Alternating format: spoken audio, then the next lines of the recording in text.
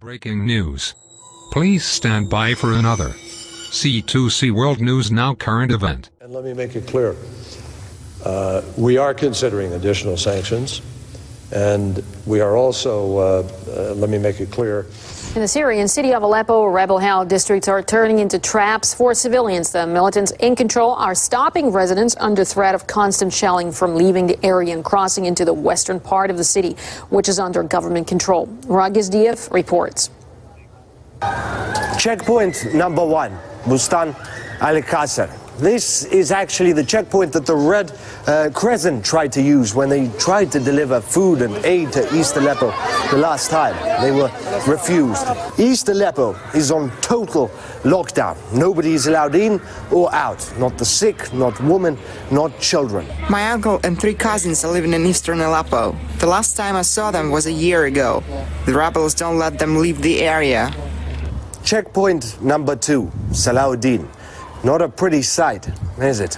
Beyond this street is eastern Aleppo. And you might be asking yourself, why would the rebels want to keep all these people, the sick, the women, the children, in eastern Aleppo and prevent them from leaving? Well, from a military point of view, it makes perfect sense. While those people are there, the Syrian government is unable to bring to bear all of its might, all of its weapons. It cannot storm eastern Aleppo. If it did so, the casualties would run into the tens of thousands very quickly. They simply can't do that. And the rebels know it. That's why this human shield is necessary for them. The rebels are using my relatives living in eastern Aleppo as a human shield. I have a few relatives living in the rebel-held area. There are a lot of civilians there, and the rebels are using them as a human shield. I haven't been able to get in touch with my relatives. The rebels don't allow any communication between the two sides of the city. Checkpoint number 3, also in Salahuddin. The story is the same everywhere. It's open on the Syrian side and shut down on the rebel side.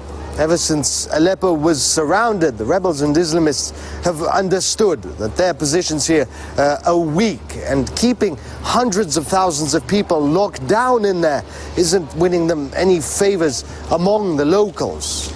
The talk here now is of a corridor that would allow rebel fighters and their supporters to leave eastern Aleppo. The Russian military has offered to secure such a corridor. The UN and other humanitarian agencies are on their way to Aleppo. I know officials will be arriving tomorrow to begin planning on how to implement that corridor.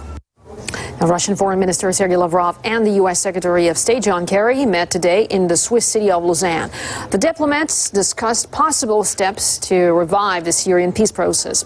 RT's correspondent Daniel Hawkins is in Lausanne, and he joins us live now. All right, Dan, so has progress been made? Well, the meeting's taking place behind closed doors, Marina. It's all very hush-hush, very limited information actually coming out of there. But what we do know is it comes at a very critical time, at a time when diplomatic relations between Moscow and Washington have hit a rock bottom over those failed bilateral talks on Syria. And what makes this meeting more important, perhaps, is the presence of various regional powers who are either affected or involved one way or another in that conflict. You've got representatives from Middle Eastern countries, Iran, Iraq, Jordan, Egypt also present there, the Gulf states, Saudi Arabia, Qatar, who of course favour the Syrian opposition, and of course Turkey, who have just launched a major offensive in the northern part of the country. Now, Kerry and Lavrov, we understand, have already had their one-on-one meeting. One can only guess how that went. We'll have to wait for perhaps a press conference a little bit later on. But prior to the meeting, Lavrov did express hope that the meeting would be more constructive than what took place just a few weeks ago at the UN General Assembly. Take a listen. We would like to have a meeting in this narrow format, to have a business-like discussion, not another General Assembly-like debate. Now, what Lavrov is referring to, of course, is that tit-for-tat rhetoric that took place at the Assembly. Kerry accusing Lavrov of living in a parallel universe and even accusing Russia of being responsible for the attack on that humanitarian aid convoy in Aleppo, which claimed 20 lives. Lavrov, in turn, stating that the US was tacitly, indirectly supporting the jihadists by by not separating the moderate rebels from the Islamists, and stating that the rebels were breaching the ceasefire repeatedly. The talks, as we said, one-on-one have already finished. Now we're into the group stages of those negotiations. We'll give you updates as they come in throughout the day. Back to you, Marina. Sure. As we see, there's a lot on the plate there. Dan, thanks so much for bringing us up to date on this story. And President Assad and Russia cannot win the war in Syria. That was the declaration from UK Foreign Secretary Boris Johnson. It came after the world's Western powers descended on London for crisis talks about how to end the bloodshed there.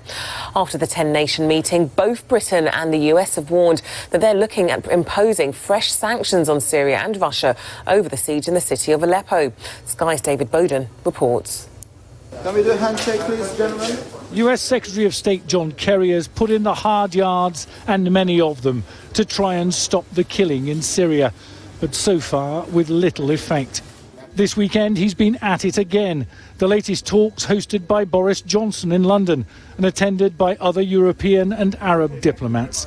But crucially, unlike Kerry's Saturday meeting in Switzerland, the Russian Foreign Minister Sergei Lavrov wasn't at Lancaster House.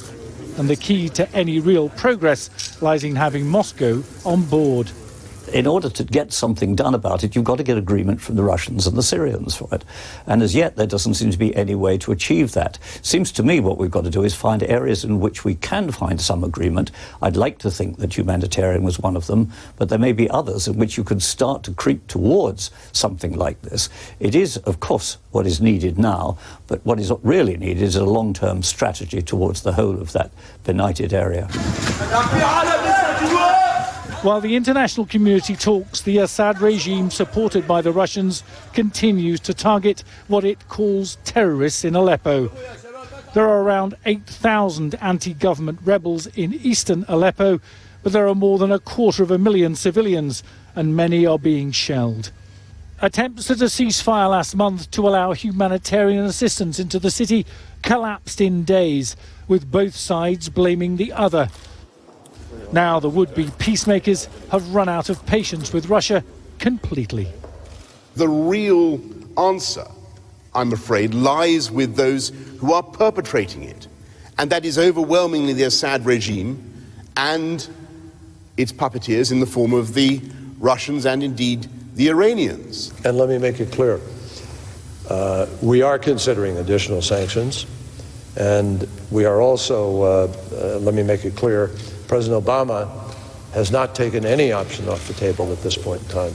So we'll see where we are in the next few days in the context of the discussions we're having. But as the bombardment goes on, there are calls for stronger action now. There is no question we have the ability and the power to enforce a no-fly zone and a no-bombing zone. The issue is the political will. And look, Robert, unless we didn't mean it when we said no more Rwanda, no more Srebrenica, no more Bosnia, unless we were just using political words, we have to stand by what we promised. And we promised a responsibility to protect, and that is what the international community should now do. But that would mean the possibility of Western coalition aircrew in dogfights with Russian pilots in the skies over Syria, and bring with it an escalation of an already tense situation between Moscow and the West. With Russian forces all over Syria and more heading in that direction, there appears to be no real Western appetite to get into direct military conflict with President Putin right now. David Bowden, Sky News. This has been a C2C World News Now current event. Stay safe, everyone.